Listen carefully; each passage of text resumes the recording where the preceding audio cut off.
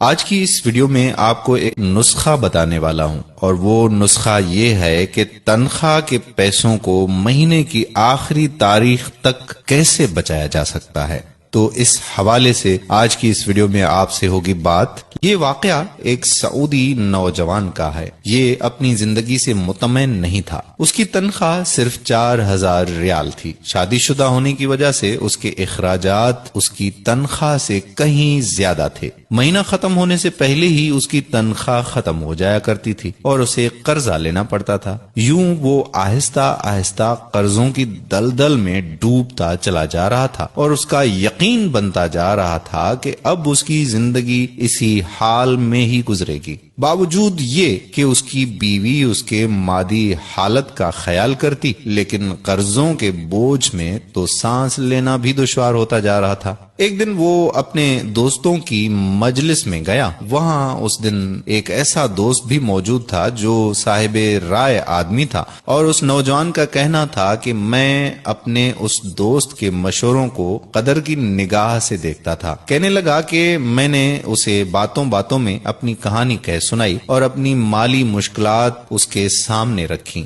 اس نے میری بات سنی اور کہا کہ میری رائے یہ ہے کہ تم اپنی تنخواہ میں سے کچھ حصہ صدقہ کے لیے مختص کر لو۔ اس سعودی نوجوان نے حیرت سے کہا کہ جناب، مجھے تو گھر کے خرچے پورے کرنے کے لیے قرضے لینے پڑتے ہیں اور آپ صدقہ نکالنے کا کہہ رہے ہیں۔ خیر، میں نے گھر آ کر اپنی بیوی کو ساری بات بتائی تو بیوی کہنے لگی کہ تجربہ کرنے میں بھلا کیا حرج ہے، ہو سکتا ہے کہ اللہ تعالی تم پر رزق کے دروازے کھول دے۔ کہتا ہے کہ میں نے ماہانہ 4000 ریال میں سے 30 ریال صدقے کے لیے مختص کرنے کا ارادہ کیا اور مہینے کے آخر میں اسے ادا کرنا شروع کر دیا۔ سبحان اللہ، قسم کھا کر کہتا ہوں کہ میری تو حالت ہی بدل گئی۔ کہاں میں ہر وقت مالی ٹینشنوں میں اور سوچوں میں رہتا تھا، اور کہاں اب میری زندگی گویا پھول ہو گئی ہو جیسے، ہلکی پھلکی آسان۔ قرضوں کے باوجود میں خود کو آزاد محسوس کرتا تھا۔ ایک ایسا ذہنی سکون تھا کہ میں بیان نہیں کر سکتا۔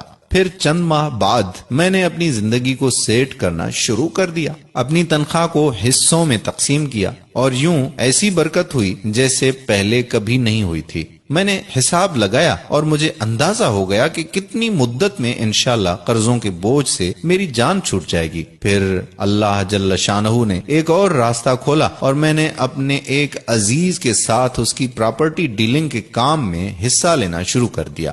میں اسے گاہک لا کر دیتا اور اس پر مجھے مناسب پروفٹ حاصل ہو جاتا۔ الحمدللہ، میں جب بھی کسی گاہک کے پاس جاتا وہ مجھے کسی دوسرے تک رہنمائی ضرور کرتا۔ میں یہاں پر بھی وہی عمل دہراتا کہ مجھے جب بھی پروفٹ ملتا میں اس میں سے اللہ کے لیے صدقہ ضرور نکالتا۔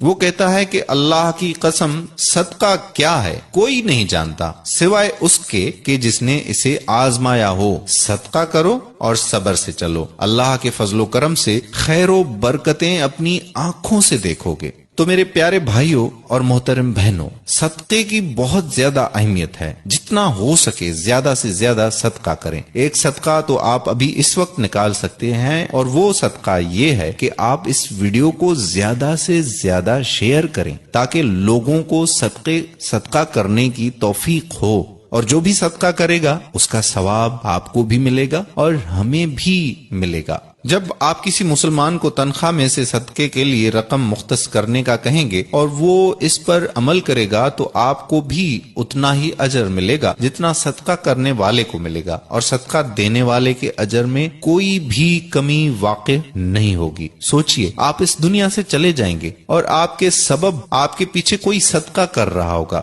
صدقے کی نیت سے اس ویڈیو کو زیادہ سے زیادہ اپنے دوستوں احباب کے ساتھ شیئر کریں۔ آخر میں وہی التجا کہ آپ ہمارے یوٹیوب چینل لرن قرآن ویب کو سبسکرائب کر لیں اور بیل کے آئیکن کو بھی پریس کر لیں، اور ساتھ ہی ہمارے فیس بک پیج لرن قرآن ویب کو لائک کر کے سی فرسٹ کر دیجئے، تاکہ یہاں پر جتنی بھی ویڈیوز اپلوڈ ہوا کرتی ہیں ان کا نوٹیفیکیشن بر وقت آپ کو مل جایا کرے۔ آنے والی ویڈیو تک ہمیں دیجئے اجازت۔ اللہ حافظ۔